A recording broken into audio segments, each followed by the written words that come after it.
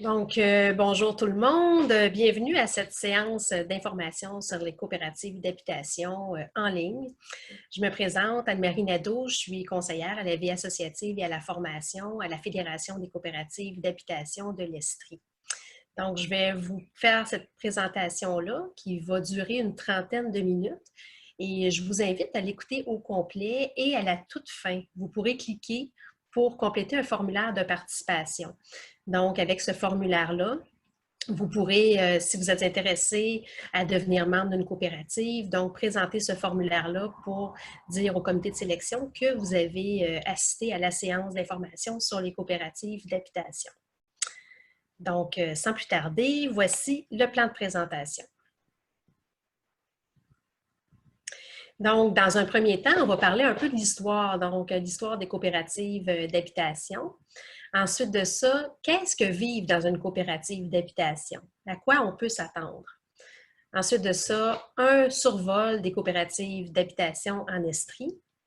On va parler également du soutien de la Fédération des coopératives d'habitation et les procédures d'inscription. Donc, comment on fait quand on veut devenir membre d'une coopérative. Donc, sans plus tarder, débutons avec un peu d'histoire. Donc, le développement des coopératives d'habitation au Québec est très, très près du développement de la société en général. Comme vous pouvez voir, on a mis une petite photo de l'Église et on parle des années 40-60. Donc oui, le clergé a été bien présent dans le développement des premiers modèles de coopératives d'habitation. En fait, les premières coopératives d'habitation ont vu le jour dans les centres semi-industriels, par exemple à Asbestos, où les ligues ouvrières catholiques travaillaient au développement du modèle et le modèle était très différent de ce qu'on connaît aujourd'hui. En fait, les premières coopératives d'habitation, c'était des coopératives qui existaient pour construire les maisons. Une fois que les maisons étaient construites ou les immeubles, c'est là que la coopérative était dissoute. Donc, c'est bien différent de ce qu'on connaît aujourd'hui, donc des coopératives surtout de locataires. Donc, dans les années 70, on connaît notre Québec dans les années 70 avec les citoyens qui se sont manifestés davantage pour prendre leurs décisions et voilà, décider des projets à mener. Donc, il y a eu des comités de citoyens dans cette vague-là qui ont voulu défendre l'idée de pouvoir mettre sur pied des coopératives d'habitation.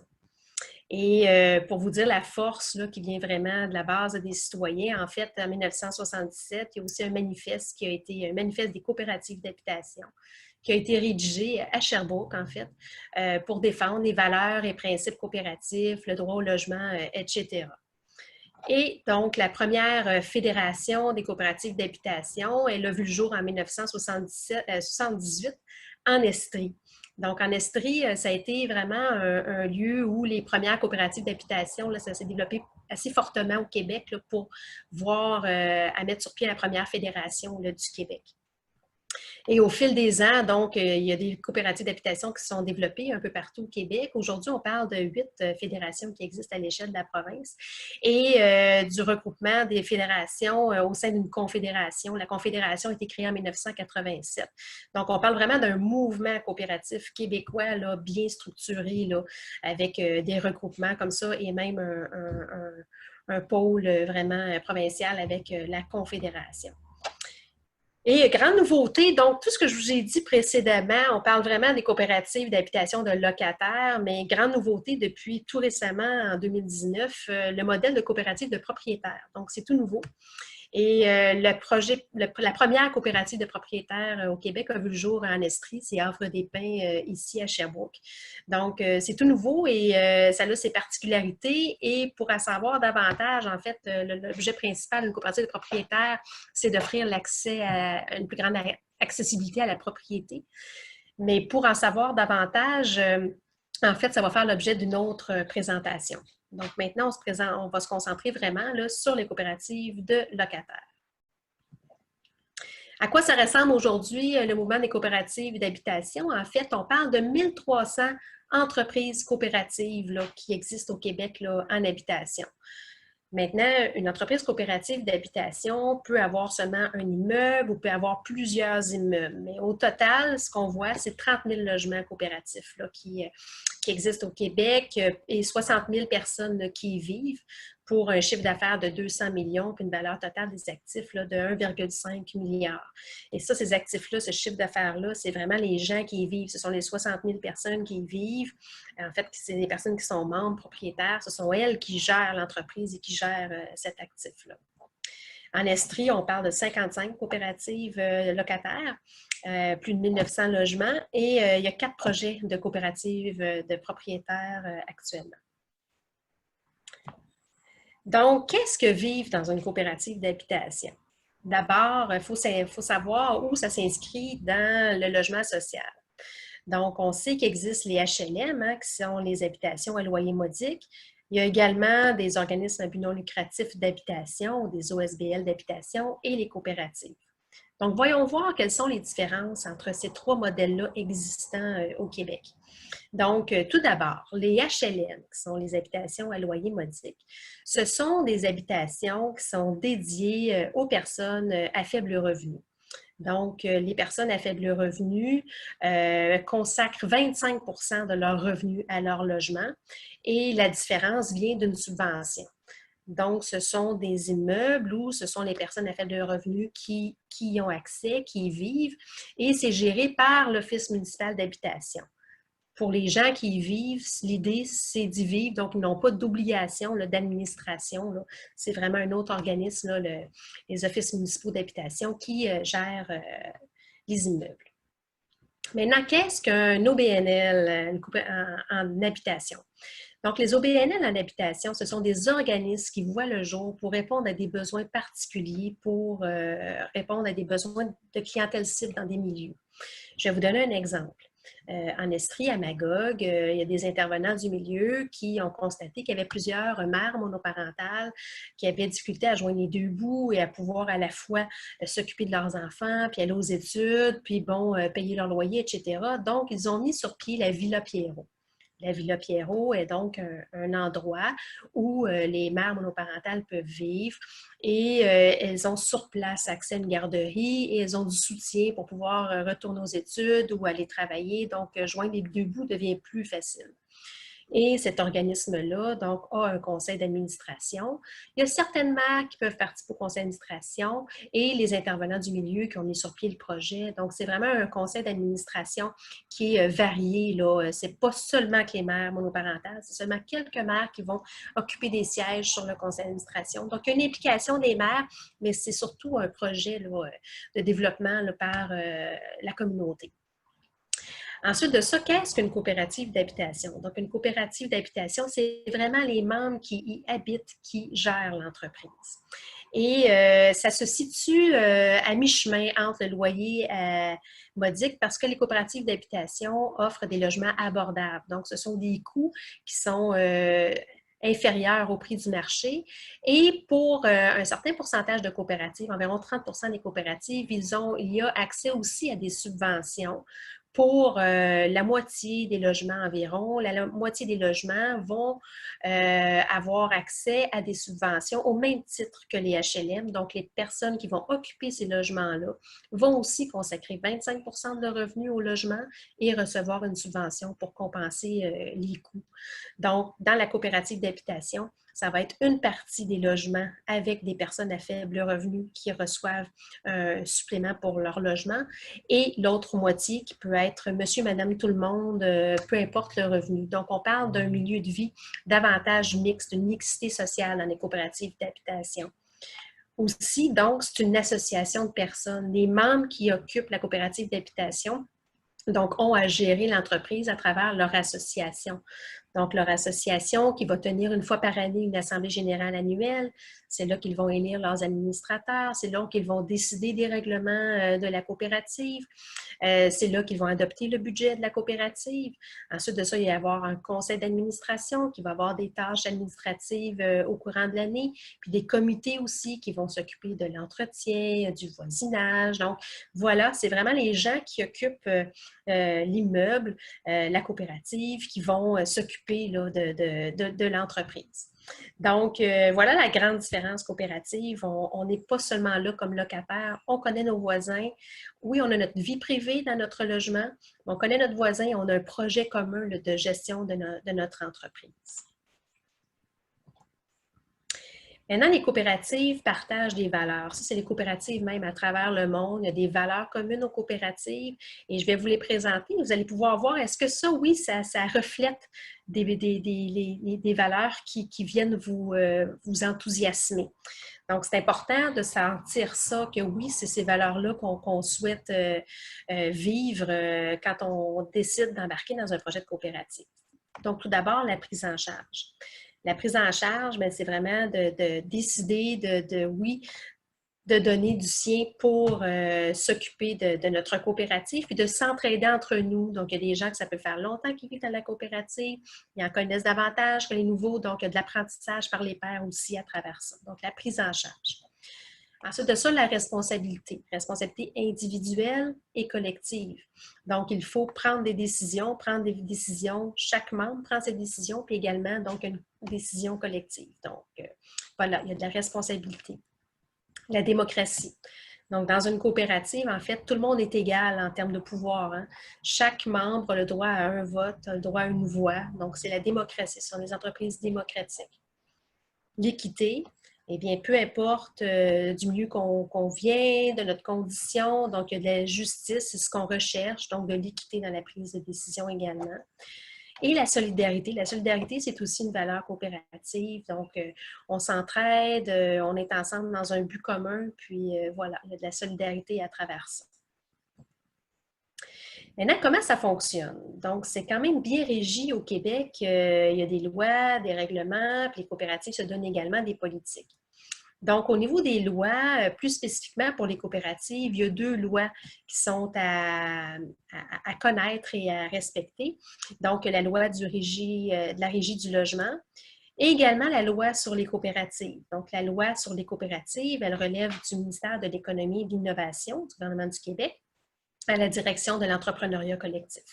Donc, tout est bien expliqué, comment on tient notre assemblée, notre conseil d'administration. Donc, il y a vraiment des aspects légaux à respecter là, qui sont clairement définis là, pour les coopératives. Ensuite de ça, on a également des financiers. Donc, les coopératives, la très, très grande majorité reçoivent des subventions. Donc, soit au niveau du Québec, de la Société d'habitation du Québec, ou au niveau fédéral, de la Société canadienne d'hypothèque et de logement. Donc, à travers tout ça, ça donne des privilèges parce que oui, vivre dans une coopérative, c'est avoir accès à un logement qui coûte moins cher que ce qu'on retrouve sur le marché. Donc, on parle de 100 à 200 $ moins cher que des logements comparables là, qui sont sur le marché. Mais maintenant, il faut comprendre les prix des loyers. On dépend de plusieurs facteurs. Donc, ça va dépendre de l'hypothèque qui reste sur l'immeuble, ça va dépendre des travaux à faire, ça va dépendre des subventions. Ça dépend également de l'implication qui se fait de la part des membres. Donc, puis bien évidemment, l'état du bâtiment, là où il est situé, donc un 3,5 dans une maison patrimoniale ne sera pas au même prix qu'un 3,5 en milieu rural dans un nouveau bâtiment, par exemple. Maintenant, donc, je vous disais aussi, ça vient avec de l'implication, des tâches. Donc, oui, quand on décide d'embarquer dans une coopérative d'habitation, c'est que oui, on accepte de participer. Donc, la participation, bon, on parle de la participation démocratique à l'Assemblée générale annuelle, aux décisions qui doivent se prendre, mais également, il y a des tâches comme telles. Donc, ça va selon l'intérêt de chacun. Donc, il y en a qui peuvent dire, ah, moi, ce qui m'intéresse, c'est surtout l'aménagement paysager. Donc, oui, je vais m'impliquer là, par rapport au terrain. D'autres, ça va être par rapport aux loisirs, faire des activités ou le bon voisinage. D'autres, c'est l'entretien de l'immeuble. Ils vont dire, ah, ben moi, l'entretien, oui, je suis prête à mettre du temps pour, oui, faire l'inspection annuelle, s'en occuper. Maintenant, il y a des corvées parce qu'il y a des aires communes, donc il faut partager le ménage dans les corvées. Il y a un conseil d'administration, donc dans chaque coopérative, c'est obligatoire d'avoir un conseil d'administration. Donc là, il y a des formations qui se donnent aussi. Donc, il y a des gens, il faut combler les postes, il faut s'impliquer dans le conseil d'administration, puis il y a des aspects financiers. Donc, c'est vraiment selon les intérêts de chacun qu'on s'implique au sein de la coopérative. Donc là, peut-être que vous vous demandez, là, vous en avez vu, vous dites, OK, mais est-ce pour moi? Je pense que oui, je pense que non, ou je vais y réfléchir. Donc, sachez, entre autres, que des coopératives, il y en a différents modèles en Estrie et il peut en avoir une pour vous sûrement. Donc, je vous présente un peu qu'est-ce qu'on peut retrouver comme modèle là, en Estrie. Donc, on voit la coopérative La Grande Vie. La Grande Vie, c'est une coopérative qui a été créée par deux autres grandes coopératives, la coopérative des cantons et de la Rive-Gauche, pour leurs membres vieillissants. Donc, c'est vraiment pour les personnes vieillissantes. On parle des personnes âgées de 75 ans et plus. Et c'est une coopérative, donc, qui a un service d'ascenseur, qui a des repas. Donc, voilà, c'est vraiment pour les personnes aînées qui sont autonomes ou avec une légère perte d'autonomie. À la fédération, en fait, il y a 17 coopératives qui sont pour les aînés. Donc, il y en a qui sont pour, comme je viens de vous décrire, 75 ans et plus, en légère perte d'autonomie. Il y a un projet actuellement pour ceux qui sont en perte d'autonomie. Donc, c'est une autre phase. Ça va être la phase 2 de la grande vie. Donc, pour ceux qui sont en perte d'autonomie, il y en a que c'est pour les 70 ans et plus. On a une coopérative, la coopérative Vive, qui est en fait un modèle différent, qui est situé à Sutton, c'est une maison patrimoniale, et c'est des gens de 60 ans et plus. Sur ça, le projet, c'est dans une maison, et ce sont des chambres. Et voilà, les gens partagent là, surtout un vivre ensemble. Donc, c'est tout un esprit de retraite, puis de vieillir bien tout le monde ensemble. Donc, il y a toute une philosophie avec la coopérative Vive là, à Sutton. Ensuite de ça, si on y va avec la coopérative des cantons ou la coopérative de la Rive-Gauche, là, ce sont les deux plus grandes coopératives que nous avons. Là, que la coopérative des cantons a 300 logements, Rive-Gauche, c'est 250. Ce sont des grandes coopératives avec une personne à la direction générale de la coopérative. Donc, dans ces grandes coopératives-là, l'implication est quand même moindre que dans les petites coopératives où le peu de nombre de membres fait en sorte que chacun des membres doit s'impliquer dans la gestion de la coopérative. Donc, dans ces grandes coopératives-là, ça peut demander moins d'implication, mais c'est quand même deux coopératives qui fonctionnent avec des modèles différents. Mais voilà, donc c'est des logements à Sherbrooke, là, plusieurs logements, de très beaux logements. Vous pouvez aller voir sur les sites Internet, de très, très beaux logements qui sont alloués dans ces grandes coopératives. Ensuite de ça, la coopérative des Hauts-Bancs, mais ça, c'est une coopérative avec une proportion de logements pour les personnes qui vivent seules ou les personnes qui ont des problèmes de santé mentale. Donc, voilà pour la coopérative des Hauts-Bancs. La coopérative La Corvée, c'est une coopérative en milieu rural. Donc, il y en a plusieurs en milieu rural. Donc, celle-ci, c'est un modèle que je vous présente à Saint-Camille, qui est en fait l'ancien presbytère. Et c'est pour les personnes là, retraitées, donc qui veulent vivre là, dans le village de Saint-Camille. La coopérative des grandes familles, son nom le dit, c'est pour les grandes familles. Donc, vraiment, les familles avec plusieurs enfants. Il y a d'ailleurs un projet une phase 2 là, qui est en voie de s'effectuer là, avec 3, 4, 5, 6 chambres à coucher sur plusieurs étages. Donc, voilà, c'est pour les grandes familles. L'Estudiantine, c'est une coopérative qui offre des logements aux étudiants de l'Université de Sherbrooke. L'autre toit, c'est une coopérative pour les personnes en situation d'itinérance. Donc, c'est des personnes qui sont référées par des organismes du milieu. Ensuite de ça, le Communard, c'est un autre modèle très différent. Donc, c'est une coopérative aussi. C'est une maison patrimoniale avec des chambres et donc un grand partage d'aires communes. La cuisine est commune, la salle de bain est commune. Donc, ça s'appelle le Communard. Donc, ça présente différents modèles et voilà, c'est ça, il existe différents modèles. Il y en a à Sherbrooke, il y en a autour dans la région environnante, il y en a à Asbestos, il y en a à Mégantic, un peu partout. Et il y en a dans des maisons patrimoniales, il y en a qui sont dans des bâtiments neufs, il y en a qui sont en voie de faire des projets de développement pour agrandir. Il y a environ 100 unités là, de coopératives d'habitation qui se créent par année. Donc, c'est vraiment un modèle qui est en développement. Si on compare avec les HLM, il n'y a pas un nouveau HLM depuis 1994.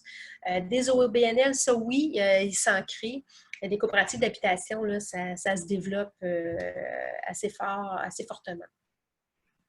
Donc, pour en savoir davantage sur les coopératives, il faut vraiment venir jaser, voir quels sont les différents modèles, là. Donc, différentes réalités, puis il y en a certainement une pour vous accueillir. Maintenant, c'est quoi les services de la fédération? Parce que quand vous entendez ça, beaucoup de tâches, il faut s'impliquer, il faut quand même savoir que c'est un mouvement coopératif avec des fédérations. Puis les fédérations, on est là aussi pour offrir du soutien aux coopératives et à leurs membres. Donc, quelle est la mission de la coopérative, de la fédération, je veux dire? Dans un premier temps, regrouper. Donc, je vous disais, c'est un mouvement avec une confédération et avec la confédération, il a été développé la carte multiservice. La carte multiservice, qui est une carte qui offre des rabais pour l'ensemble des membres des coopératives du Québec. Donc, il y a des rabais, par exemple, chez Rona, il y a des rabais pour les assurances habitation avec Cooperators, il y a des rabais pour services de dentiste, lunetterie New Look, donc même pour santé mieux-être. Donc, il y a différents rabais pour les coopératives d'habitation. Et nous, la Fédération L'Estrie aussi, on a fait des ententes, par exemple, avec Écolo Boutique, pour avoir accès à des produits écologiques, ou avec l'accorderie qui est un service d'échange entre individus. Donc, on s'implique dans ce projet-là. Donc, bref, il y a des initiatives aussi locales qui viennent de cette mission-là que nous avons au niveau du regroupement.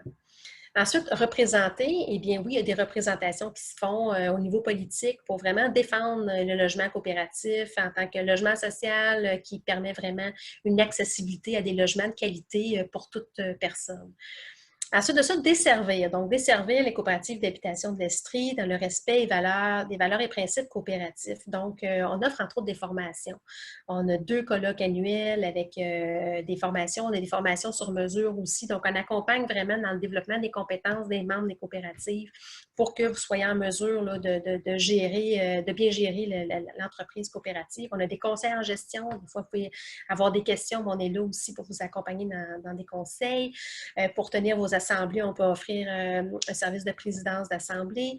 Et tout récemment, on a pu mettre sur pied un nouveau service là, grâce au financement là, du centre de santé là, en soutien communautaire. Donc, pour de la gestion de crise, la gestion de conflits, organiser des activités sociales, c'est communautaire. Donc, on a une intervenante qui travaille à la fédération à temps plein, là, puis qui est là en soutien communautaire.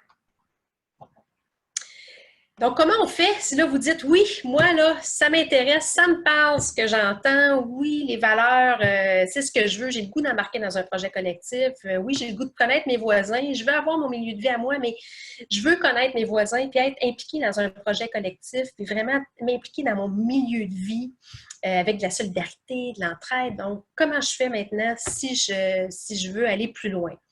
Donc, dans un premier temps, il n'y a pas de demande d'admission comme telle à faire dans une coopérative d'habitation. En fait, il faut d'abord téléphoner quand on voit qu'un logement est loué et s'informer, voir quel est le genre de la coopérative, avoir des questions plus spécifiques sur la coopérative comme telle. Et ensuite, donc, vous faites une demande pour rencontrer le comité de sélection puis visiter les logements. Donc, c'est ça qui fait office, en fait, de demande d'admission. Donc, vous allez visiter votre logement et là, vous rencontrez le comité de sélection de la coopérative. Donc, la rencontre avec le comité de sélection, c'est comme une entrevue. Vous vous posez des questions mutuellement, puis vous voyez, là, vous répondez, puis vous voyez, vous présentez vos intérêts, dans quoi vous voulez vous impliquer, etc. Et suite à ça, donc le comité de sélection, c'est dans la majorité des cas, ce n'est pas le comité de sélection qui prend la décision. Le comité de sélection va faire une référence au conseil d'administration. Et là, c'est le conseil d'administration qui va décider, bien sûr. Il va y avoir plusieurs candidatures et le conseil d'administration va regarder par rapport à leurs besoins aussi, là, c'est quoi, qui est la meilleure personne pour la candidature. Donc, maintenant, si vous êtes choisi et on vous dit oui, vous pouvez devenir membre de la coopérative, eh bien, à ce moment-là, il faut signer un contrat de membre. Donc, on signe un contrat de membre qui nous engage là, à respecter les règlements de la coopérative. Et il y a aussi un code de vie qui va avec ça là, pour bien avoir des relations harmonieuses avec nos voisins. Donc, il y a certains engagements qui viennent de part et d'autre, de la coopérative envers vous, de vous envers la coopérative. Et il y a la part sociale. Comme dans toute coopérative, il y a une part sociale à acquitter. En fait, la part sociale, elle varie selon les coopératives, là, entre 300 et 600 $, mais ça se paie à chaque mois, donc soit 10, 15 ou 20 $, on étale. Et c'est comme ça qu'on bénéficie quand on est membre d'un rabais membre. Donc, le rabais membre fait qu'on a notre logement qui est à moindre coût. Et c'est là aussi qu'on a tous les avantages là, de l'implication. Donc, maintenant, comment on fait pour trouver un logement? Oui, on veut devenir membre, mais comment on fait pour le trouver? Donc, un bon truc, c'est d'aller sur le site Internet de la Fédération, dans l'onglet Recherche de logement. Donc, dans Recherche de logement, vous allez voir les logements à louer. Les logements, en fait, dans les coopératives, les locataires, les membres, ont jusqu'au 30 avril pour dire s'ils veulent demeurer dans la coopérative l'année suivante ou pas. Donc, c'est vraiment en mai-juin que se fait l'affichage pour les logements. Vous pouvez aussi venir voir à la maison de la coopération sur la rue Dufferin, où se trouve la fédération, pour avoir de l'information sur les logements à louer. Maintenant, il existe également une liste d'attente. Donc, si vous n'arrivez pas à trouver de logement, sachez qu'on a une liste d'attente à la Fédération. La liste d'attente, en fait, c'est un formulaire que vous complétez au même onglet que je viens vous montrer, là, Recherche de logement. Donc, vous allez sur le site de la Fédération, Recherche de logement, et vous allez voir formulaire pour la liste d'attente. Vous cliquez là et vous complétez le formulaire. Puis le formulaire, bien, il est mis à jour à chaque année en mai et juin. Maintenant, dans ce même formulaire-là, c'est là aussi que vous pouvez rentrer vos données pour avoir accès à un logement subventionné.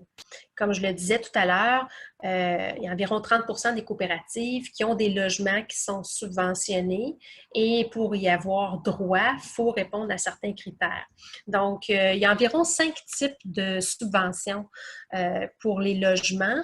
Le plus commun vient de celui de la Société d'habitation du Québec, la SHQ, qui s'appelle le Programme de supplément au loyer. PSL. On parle aussi d'accès logis.